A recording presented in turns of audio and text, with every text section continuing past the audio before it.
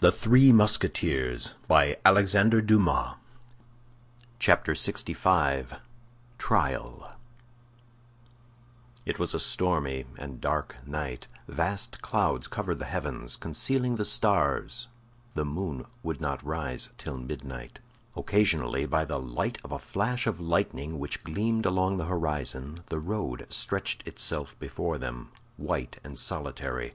The flash extinct, all remained in darkness.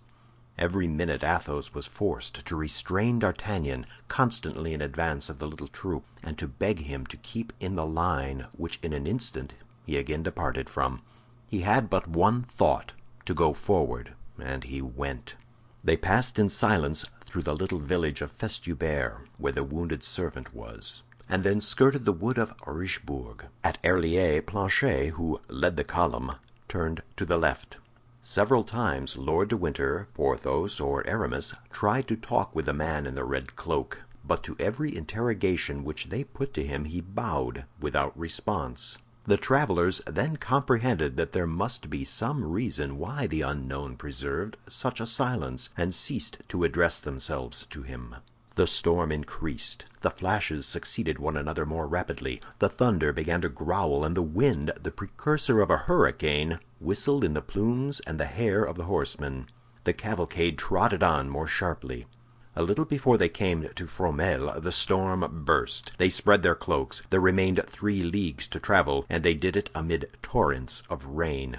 D'Artagnan took off his hat and could not be persuaded to make use of his cloak. He found pleasure in feeling the water trickle over his burning brow and over his body agitated by feverish shudders. The moment the little troop passed Goskal and were approaching the port, a man sheltered beneath a tree detached himself from the trunk with which he had been confounded in the darkness, and advanced into the middle of the road, putting his finger on his lips.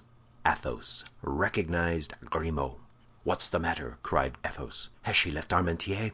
Grimaud made a sign in the affirmative. D'Artagnan groaned his teeth. "Silence, D'Artagnan," said Athos. "I have charged myself with this affair. It is for me, then, to interrogate Grimaud." "Where is she?" asked Athos. Grimaud extended his hands in the direction of the Lys. "Far from here?" asked Athos. Grimaud showed his master his forefinger bent. "Alone?" asked Athos. Grimaud made the sign, yes. "Gentlemen," said Athos, "she is alone within half a league of us, in the direction of the river." "That's well," said D'Artagnan. "Lead us, Grimaud." Grimaud took his course across the country, and acted as guide to the cavalcade. At the end of 500 paces, more or less, they came to a rivulet, which they forded. By the aid of the lightning they perceived the village of Erquinheim. "Is she there, Grimaud?" asked Athos. Grimaud shook his head negatively. "Silence, then," cried Athos, and the troop continued their route. Another flash illuminated all around them. Grimaud extended his arm, and by the bluish splendor of the fiery serpent they distinguished a little isolated house on the banks of the river, within 100 paces of a ferry. One window was lighted. "Here we are," said Athos. At this moment a man who had been crouching in a ditch jumped up and came towards them. It was Mousqueton. He pointed his finger to the lighted window. "She is there," said he. "And Bazin?" asked Athos. "While I watched the window, he guarded the door." "Good," said Athos. "You are good and faithful servants." Athos sprang from his horse, gave the bridle to Grimaud, and advanced toward the window, after having made a sign to the rest of the troop to go toward the door. The little house was surrounded by a low, quickset hedge, 2 or 3 feet high. Athos sprang over the hedge and went up to the window, which was without shutters, but had the half curtains closely drawn. He mounted the skirting stone, that his eyes might look over the curtain.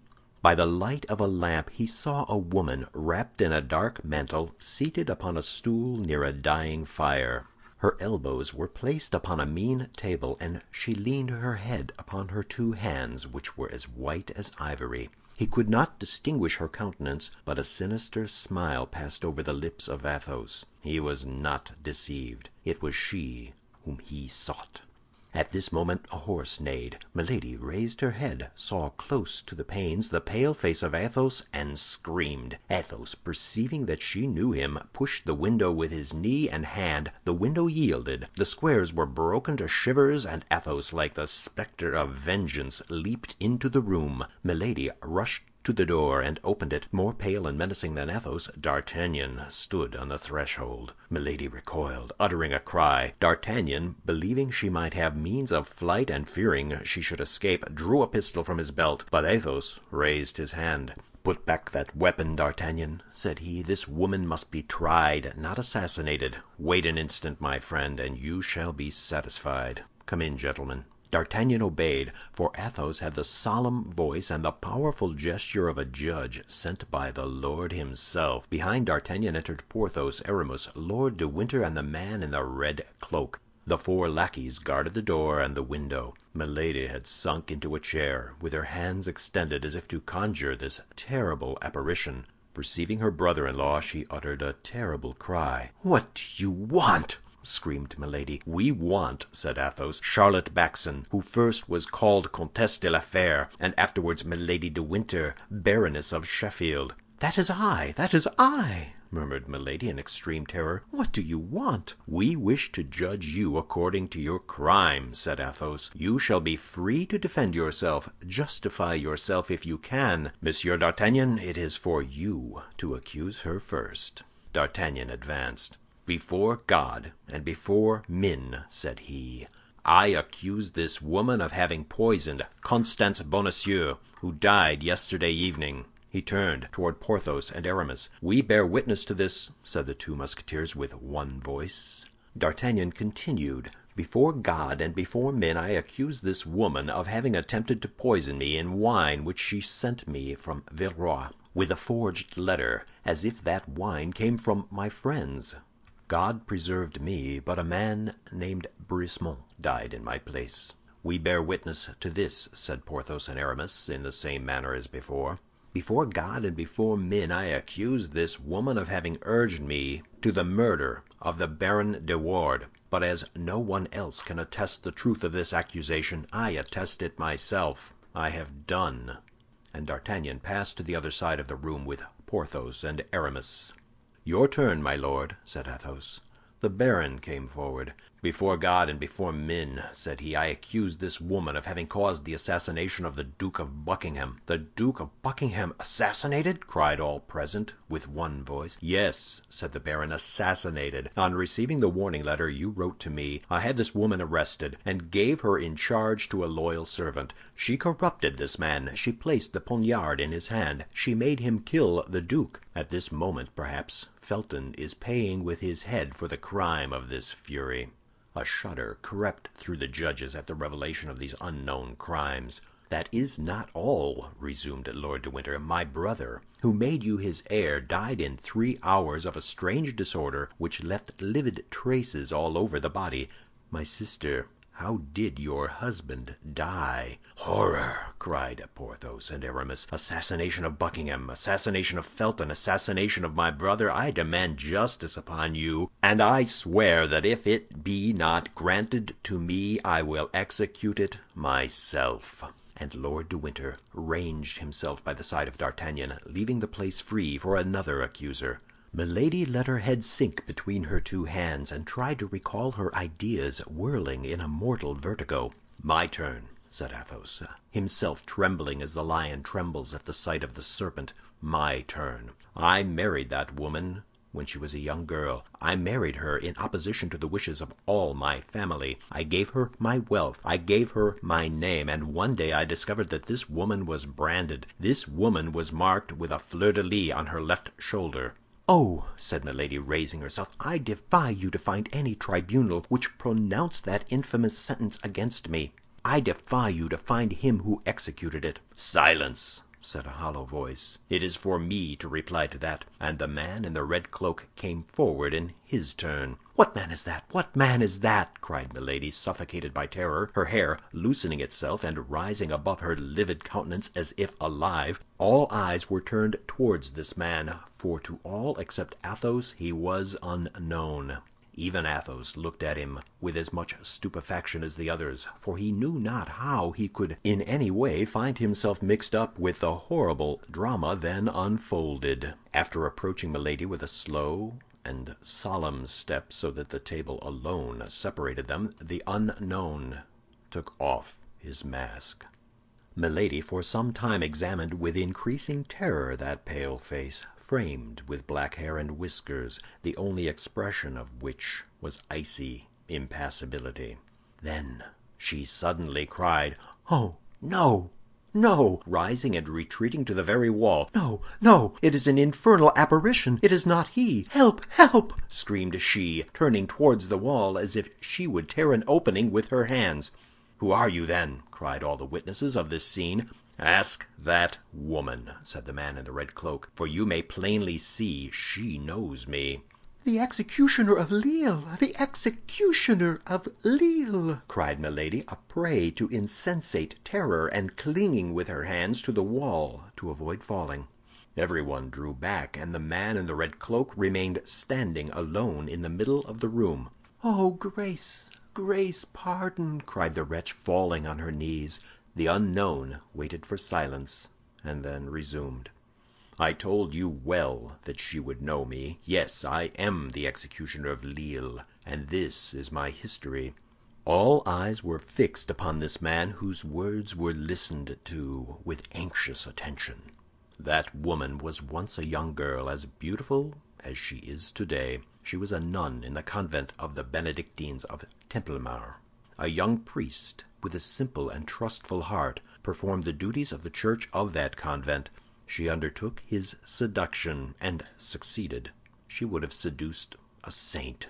Their vows were sacred and irrevocable. Their connection could not last long without ruining both. She prevailed upon him to leave the country, but to leave the country, to fly together, to reach another part of France where they might live at ease because unknown. Money was necessary. Neither had any. The priest stole the sacred vases and sold them, but as they were preparing to escape together, they were both arrested. 8 days later she had seduced the son of the jailer and escaped.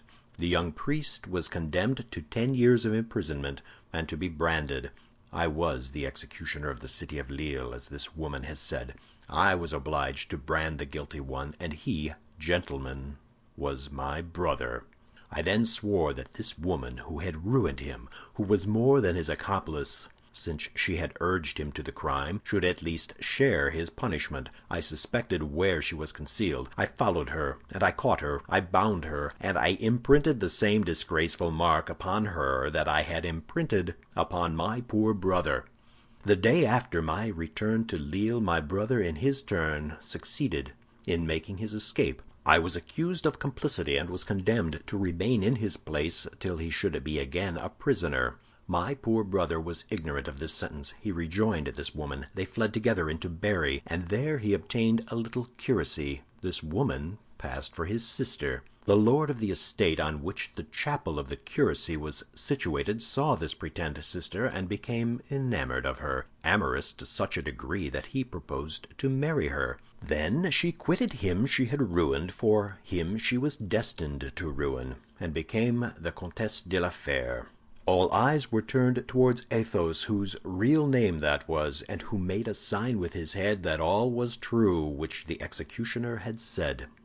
"Then," resumed he, "mad, desperate, determined to get rid of an existence from which she had stolen everything, honor and happiness, my poor brother returned to Lille, and learning the sentence which had condemned me in his place, surrendered himself, and hanged himself that same night from the iron bar of the loophole of his prison. To do justice to them who had condemned me, they kept their word. As soon as the identity of my brother was proved, I was set at liberty. That is the crime of which I accuse her. That is the cause for which she was branded." "Monsieur d'Artagnan," said Athos, "what is the penalty you demand against this woman?"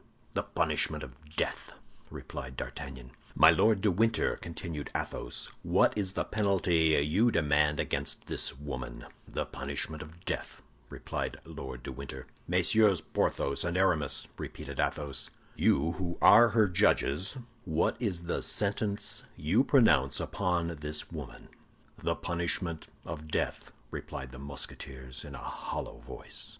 Milady uttered a frightful shriek, and dragged herself along several paces upon her knees toward her judges.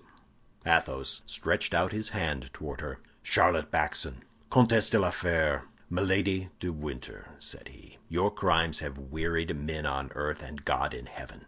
If you know a prayer, say it, for you are condemned, and you shall die." At these words, which left no hope, Milady raised herself in all her pride and wished to speak, but her strength failed her. She felt that a powerful and implacable hand seized her by the hair and dragged her away as irrevocably as fatality drags humanity. She did not, therefore, even attempt the least resistance, and went out of the cottage. Lord de Winter, D'Artagnan, Athos, Porthos, and Aramis went out close behind her. The lackeys followed their masters, and the chamber was left solitary, with its broken window, its open door, and its smoky lamp burning sadly on the table. End of chapter 65.